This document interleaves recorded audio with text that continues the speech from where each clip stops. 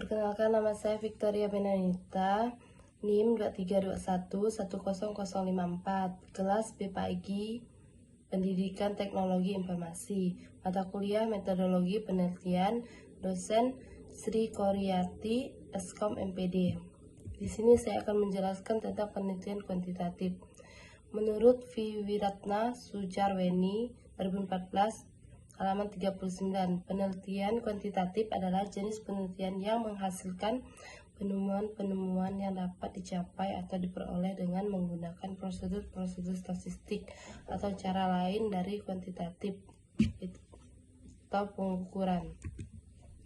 Nah, pengertian latar belakang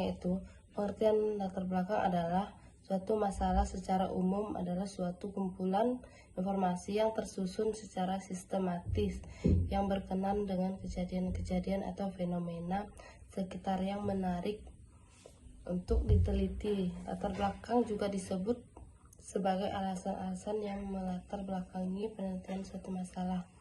Yang diungkapkan dalam latar belakang masalah adalah hal yang berkaitan dengan masalah penelitian yang akan dilakukan. Latar belakang juga penelitian memiliki fungsi, yaitu memberikan alasan mengapa penelitian tersebut dilakukan. Pengertian pembahasan masalah, yaitu masalah penelitian adalah sebuah pertanyaan yang memerlukan jawaban berupa penjelasan yang dapat dirumuskan melalui proses penelitian, baik penjelasan deskriptif tentang suatu variabel. Masalah itu akan diidentifikasi jika ada kesengajaan antara cita dengan realita. Ada kesengajaan antara teori dengan praktik dalam kehidupan. Ada kesengajaan antara perencanaan dengan realisasi lapangan atau fenomena tertentu, maupun penjelasan tentang hubungan antar variabel. Ada tantangan, keingintahuan tentang sesuatu yang belum ada penjelasannya. Ada pengaduan dan ada kompetisi, yaitu masalah yang dapat pada diri manusia itu sendiri, misalnya tidak punya uang, tidak punya rumah, dan lain-lain sebagainya. Dari situ kita bisa diidentifikasi masalahnya menjadi misalnya mendeteksi raut wajah mahasiswa yang tidak punya uang dengan fase recognition system. Tujuan penelitian, yaitu menurut Arjatmo 1979, tujuan penelitian merupakan rumusan kalimat yang menunjukkan adanya hasil, suatu yang diperoleh setelah penelitian selesai, sesuatu yang akan dicapai atau dituju dalam sebuah penelitian. Rumusan tujuan mengungkapkan keinginan peneliti untuk memperoleh jawaban atau permasalahan penelitian yang diajukan. Contohnya seperti dari rumusan masalah di atas dapat dibuat tujuannya, yaitu yang bersifat deklaratif, yaitu untuk mengetahui implementasi kerja dalam mendorong kinerja kerja manajer dalam organisasi. Variabel penelitian. Variabel penelitian adalah suatu karakter, atribut, atau segala sesuatu yang terbentuk atau yang menjadi perhatian dalam suatu penelitian sehingga mempunyai variasi antara satu objek yang satu dengan objek yang lain dalam satu kelompok tertentu, kemudian ditarik kesimpulannya.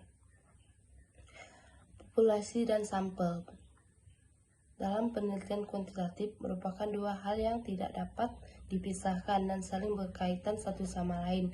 Mudahnya, sampel penelitian dapat diartikan sebagai bagian dari populasi yang dijadikan subjek penelitian dan merupakan wakil dari anggota populasi tersebut. Oleh karenanya, penting bagi peneliti untuk dapat bersikap cermat dan teliti dalam menentukan besarnya populasi dalam sampel yang akan digunakan. Hipotesis penelitian, yaitu jawaban sementara terhadap pertanyaan-pertanyaan penelitian. Pentingnya hipotesis dalam penelitian dapat dijelaskan sebagai berikut, yaitu hipotesis yang mempunyai dasar yang kuat menunjukkan bahwa penelitian telah mempunyai cukup pengetahuan untuk melakukan penelitian pada bidang tersebut. Hipotesis memberikan arah pada pengumpulan dan penafsiran data. Hipotesis merupakan petunjuk tentang prosedur apa saja yang harus diikuti dan jenis data apa saja yang harus dikumpulkan. Hipotesis memberikan kerangka untuk melaporkan kesimpulan penelitian. Analisis data. Analisis data adalah proses pengolahan data untuk tujuan menemukan informasi yang berguna yang dapat dijadikan sebagai dasar pengambilan keputusan untuk memecahkan suatu masalah. Proses analisis ini meliputi kegiatan pengelompokan data berdasarkan karakteristiknya, yaitu pembersih data, transformasi data, pembuatan model data, sehingga mencari informasi penting dari data tersebut. Ingatlah bahwa data yang telah melalui proses ini harus disajikan dalam bentuk yang menarik dan mudah dipahami, seringkali dalam bentuk bagan atau grafik. Baik, terima kasih. Sekian dari penjelasan materi saya. Saya akhiri, selamat pagi.